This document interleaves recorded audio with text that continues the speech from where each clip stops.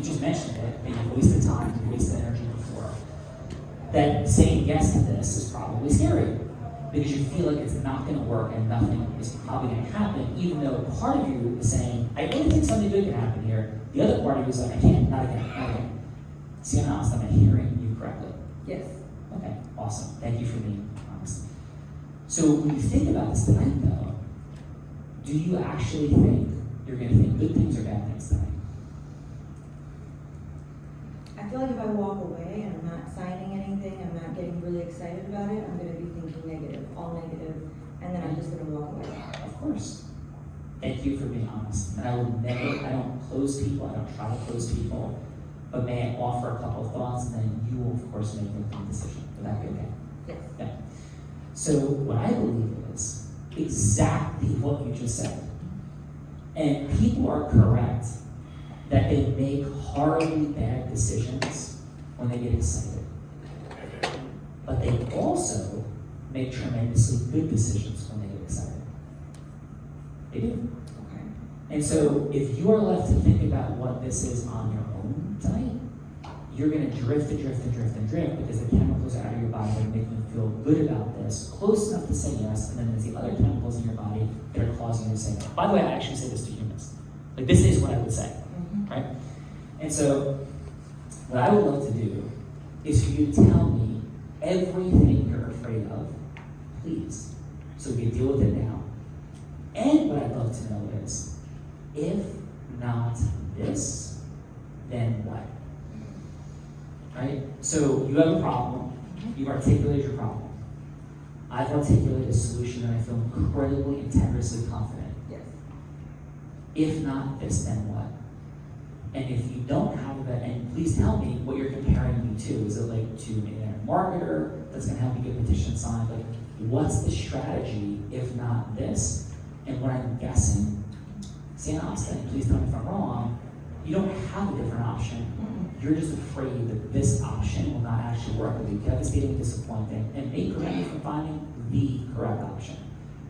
How is what I'm saying resonating as true or false? 100%. Okay, Yeah. pause. Once we get there, are we in a much different place than where it was a moment ago in the Marshall conversation? Yes. Yes. Now, by the way, what we're actually discussing right now, for real, with what we're about to do after this section, adds a 0 to your income if you master it. Guaranteed. Or when I say income, adds a 0 to your income if that's what you want, or it adds the scaling and duplication you seek, or it adds the magic that you're looking to create. The ability to do this, but remember, we're not just teaching how to go from hello to yes, because you have to get in front of the human to have this conversation. How does all that happen? We're teaching next. Because that is the great flaw in the world. Don't you feel, a lot of you, that if you actually get across from somebody, they have a pretty decent chance of a yes if it's the right person? If you feel that, say yes. Yes. And if your bigger problem is, how do I get to that conversation? Say yes. Yes. Okay, so for some yes, some no, some split. So we're covering both today. How do you get to this conversation? That's next. But what do you do with it when you have it? And if you could see that if you don't have both, you have a massive leakage. If you see that, say yes. Yes. Okay, great. That's why we don't just teach influence. So please, 100% true. So what's stopping you besides fear? Like, does your logical brain tell you, yes, I should do this? And is it only your fear brain telling you that you shouldn't do this only because you made so many mistakes in the past? Please. It's a little bit of a fear brain, but it's also like past experience. I've hired consultants or campaign managers before, and they, promised this and this. Yeah. So I just don't want to repeat their past experiences. But the way you present it is very, very different. And what was different about it? A sense of heart. I would Now, ready? Am I saying this now, or is Sienna saying? She is. And she just started with a sense of heart. Is that a very positive thing for her to be reinforcing her nervous system condition coming out of her mouth? Do you get that? Say yes? Yeah. Absolutely. Right. So heart, what else is there? Just a sense of heart, a sense of genuineness.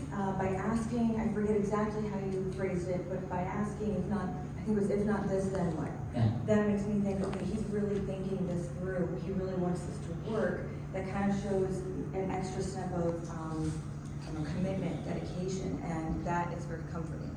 Awesome. So to be fully in heart-centered integrity, let me share. We are not going to do this for you, right? We're going to co-create this with you. Right? That's what we do. That's what Marshall does. And what is vital to understand is it may take additional teammates, but there's only one structure to do everything. And now I'm talking line of language as Marshall. There's only one structure to do everything. All relationships are built on shared experience. Like all campaigns, all business is built on relationship. You know, right? It's like, and by the way, you know what's crazy? Saying Osta, people say, it's not what you know, it's who you know. Do you know that? Yeah, it's true people say that, but that statement is absolutely untrue. It is not what you know, it is not who you know. And in fact, it's not even who knows you. It is who knows you and what is the friction gap with that relationship in causing them to say yes. What does it cost in money? What does it cost in time? What does it cost in energy? I'll say it again. It's not what you know, it's not who you know. It is not who knows you. It is who knows you and what does it cost in money and your time and your energy to have them say yes to the yes you are seeking. Do you see the truth of that statement? Yes. I was like, if I look super concentrated right now, it's because I'm repeating it 10 times over in my head so I can memorize that. Because, yes. Yeah. That was very, yeah. And we'll have that for you, right? And if I'm not looking at the one you're not, because I'm blind, I can't see you. But I look like I'm thinking really hard. That's amazing. So, right? So what we have to do with that, is we have to create shared experiences with people to get to know them and gain their trust and yes, integriously for the mission and purpose that you're up to. That's going to take work. And where it really is hurtful and upsetting to me, here are some of the things that people tell you to do, is those things don't work. And you could post 50 times a day online, and it's good to post. It's very good to post. It's positive. But that's not going to cause you to create partners. What you really need is you need 5 people, then 10, that are your most loyal inner circle, that are completely committed to your mission, and then have those 10 cause 10, and those 10s cause others. There'll be leakage all over the place. You might have to talk to 50 people to get to 10. You might talk to 100 people to get to 10. And then you have to talk to a bunch of people, and some of those people will do those things. But you have to create that to cause the acceleration. There's 4 things. And Tim, let's throw this slide up, please. 4 things for ecosystem merging. There's 4 things that cause partnership that you need. And you don't get them all from the same person. One is identity, that they cause for you that they have. A second is relationship capital. A third is monetary capital. And a fourth are teammates with unique skill set. So to build your campaign optimally, you need somebody with identity, giving that identity to you. Can you appreciate that? Yes. Somebody saying Sienna Osta is amazing. Not somebody, a series of somebodies. Because that opens up the listening of other people then to who you are. Then what you need is you need people with relationship capital that can let you speak to their audiences. But those are two, they could be the same. One person could provide all 4 of these, but these must be satisfied for you to scale this campaign and be successful. Right? The third thing you may need is monetary capital. Not sure what the funding is. I'm presuming that you might need some fundraising. Is that true? Just a little bit. Awesome. And the fourth thing you need are teammates that will take action and find the people with the first 3 for you.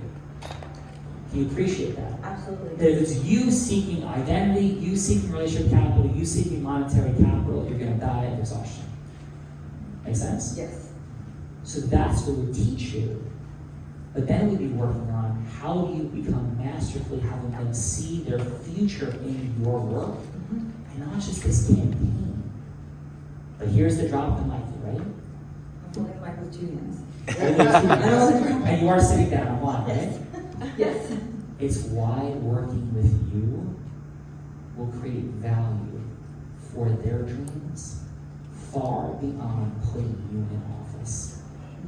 That they'll meet other extraordinary people working on their campaign that will help build their business, build their mission. When you show that to people and meet it integrity, when you give them identity, when you share your relationship, the relationship capital you're acquiring, you share with them, when you're going to cause them to see they'll make more money working with you, not because you're going to pay them to do something illicit, because they'll meet other extraordinary entrepreneurs who do the same 4 things for them.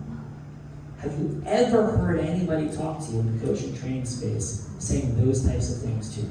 No, I haven't, and I was sitting here thinking, do I need to pay him money because this is genius? But no, I mean, now we're at a roll. Yeah, all 4 of those are spot on though. Yeah, of course they are, because I've done this for 25 years. And I built and scaled and grown things, and I have a law firm that I work on 5 hours a month, and it pays me millions of dollars a year, right? And I don't have to work at it. And the reason I want to do that with you today, and thank you for coming up here, and I'll be back and roll with Sean, is because the problem is all these fine folks feel the same way you do. And they've heard a lot of people say things, and unless I can give value, and what I just taught, is it valuable, guys? Yes or no? Yes. I believe in integrous influence is giving massive value first before we ever ask for something ourselves. And I can tell you all the stories of things I've done, but now I'm revealing all of the magic tricks that aren't really tricks, they're integrous value exchange. And can I say something? Please. So I noticed, I was completely honest with the past experiences of hiring past campaign managers or consultants and promising the sun, the stars, the moon, right? And they use they use paragraphs of marketing jargon and text, and it's like, did they just open a book and dump it all on their website and then spew it all into their mouth? And the one thing, yeah, exactly. And it offers no substance. But the thing that makes today extremely different is everything you've said has been extremely substantial. Oh, thank you. You I know wish I why? had better memory. No, you know why? Well, there's a book and there's what we can do together. But here's the truth. The truth is, because I've done it repeatedly and continuously. And we have a fun saying in a blind date. Do you think Facebook built Facebook using Facebook? That's hilarious. No. Do you think Google built Google using Google? No. And so, why wouldn't we do what Facebook and Google actually did? It created an integrous value exchange of people to share identity, relationship capital, money, and teammates. That's exactly what they did. And when we do that, which is actually what's happening in this room, it's what's happening in all the events. People have told me I'm completely crazy. Why are you doing like an event, another event, another event, another event? We're not even working online yet. I'm like, because I'm not seeking yet 10,000 people. I'm seeking the 10 right people in Florida. But I think that's where the integrity comes in, and it's like a magnet. Yeah. Thank you. Because And people can sense that. yeah, and can I share with you, this is very important. Tink, would you mind, I'm not sure what time, can we go to the circle slides again? Yeah. Please. And so I want to show everybody what actually just occurred, okay? So there's steps to influence and there's energies to influence, right? But there's also indispensable elements of influence, and we're not able to teach all this today. I mean, we spend months in our program teaching things that we do, right? Months and months. Like, we don't go to Harvard Business School for a day or two. So the indispensable elements, what you just saw, I'll just articulate. Was I chasing Sienna Osta? Was I chasing her? No. You guys really believe that? I wasn't. I had a preference for moving forward, but did you feel I was fearful and chasing her? No. That's integrous scarcity. Now, what I did say to her is, I only have one coaching spot left. Take it or lose it today. That's non-integrous influence. So integrous scarcity matters because as soon as somebody feels chased, we feel like we're going to back up and run. Right? So integrous scarcity. Did you sense that I matched Sienna Osta? Did I sit up like this, or was I telling her like this, or was I like this? Like this, yeah. And the energy exchange, I mean, I know it's a demo, but you could still feel that energy exchange. Yeah, and because I'm authentically trying to help you, right? Really. Yeah. And so matching, so I'm at or below, and you heard Stephanie say when I was sitting across from Jim Kreindler, who is suing, he's suing Saudi Arabia for their role in 9/11, for real, and he changed the law. It's one of those, it should be a movie, remarkable stories. I sat this way the whole night. And then when I moved into sharing my identity at the very end, then I rose up and I filled the space, and I was in a space of much more matching energy, because your energy is softer than his. His was loud and not loud, it was very Zeusy. It was very like, yeah, this is what we did, and then I changed law and did, like, it was yes, I'm not making fun of him. And so when I spoke, I was like more like in this, and Jim, and like this, and then, right? Matching energy is when I rose, so matching. I acknowledged you. I said, this is a person I acknowledged you before we started, who's seeking integrity, wants to create positive change. I said, I'm hearing, like, oh my God, you're right in my mind. That's acknowledgement. I love people. I love everybody here. I don't say something creepy and weird. I generally love every single person here.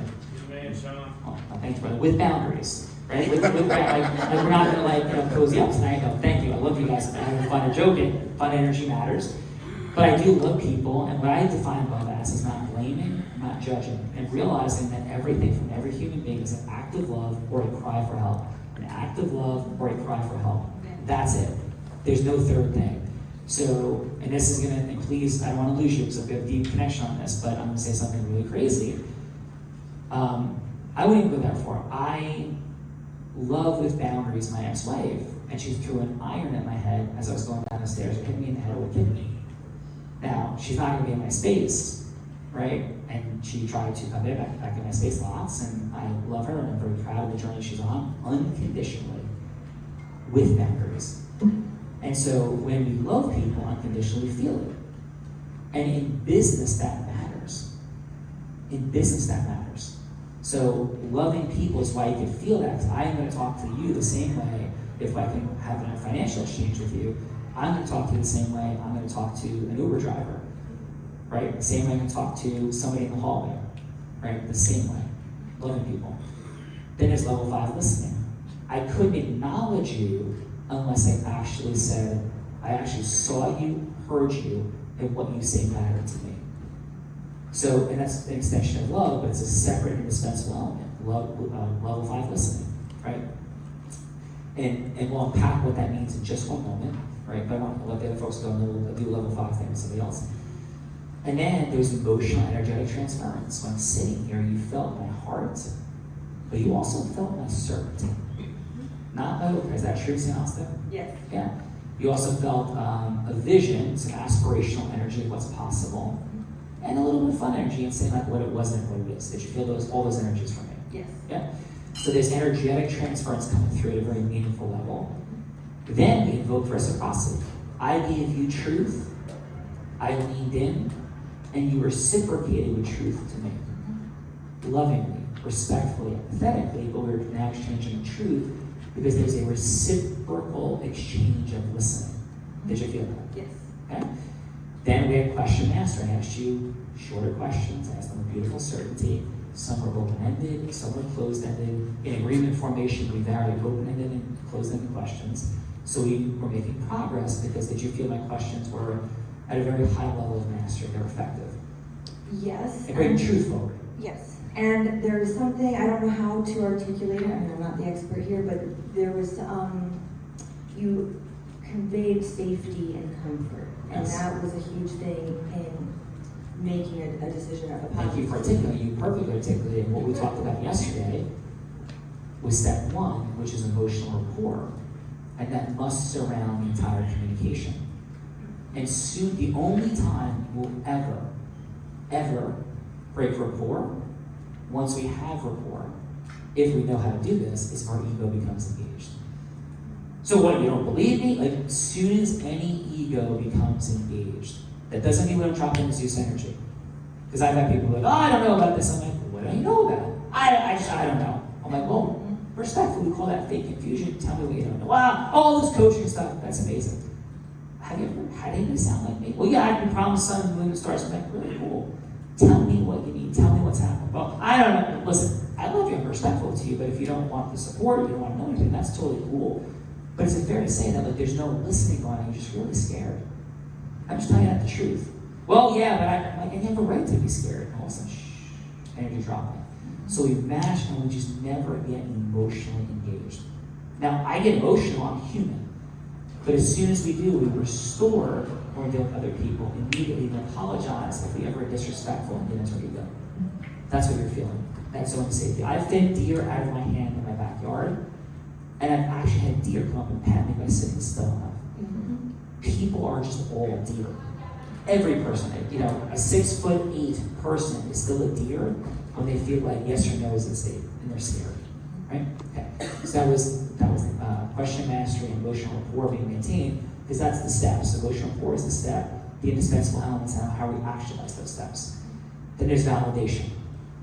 What validation is, right? What validation is saying it's completely normal and understandable to feel that way. Acknowledgement is, I see who you are and what you are, and what you say matters. Validation is me sharing that I believe your feelings are totally understandable, completely justified, and actually feeling it. Congruence, context, contrast are the last three. Congruence is the alignment of words, vocal products, and body language. Context is where you're like setting what this is, what it's not, what it is, what it's not, what it is, what it's not, because people are creating false stories the entire time. True. And that's where we are. So any final thoughts or comments? Oh man, I really wanted to stop. You can just keep talking. Because this is good. This is very good stuff. Yeah, I promise you, I wouldn't be doing this unless it was. Yeah. And this through the jury verdict consulting processes, the business development process, all of these incredible things. That's the power of what we're talking about here. And I want to let each person go and have their moment. But Sienna, Osta, thank you. You've done a wonderful job. Yes.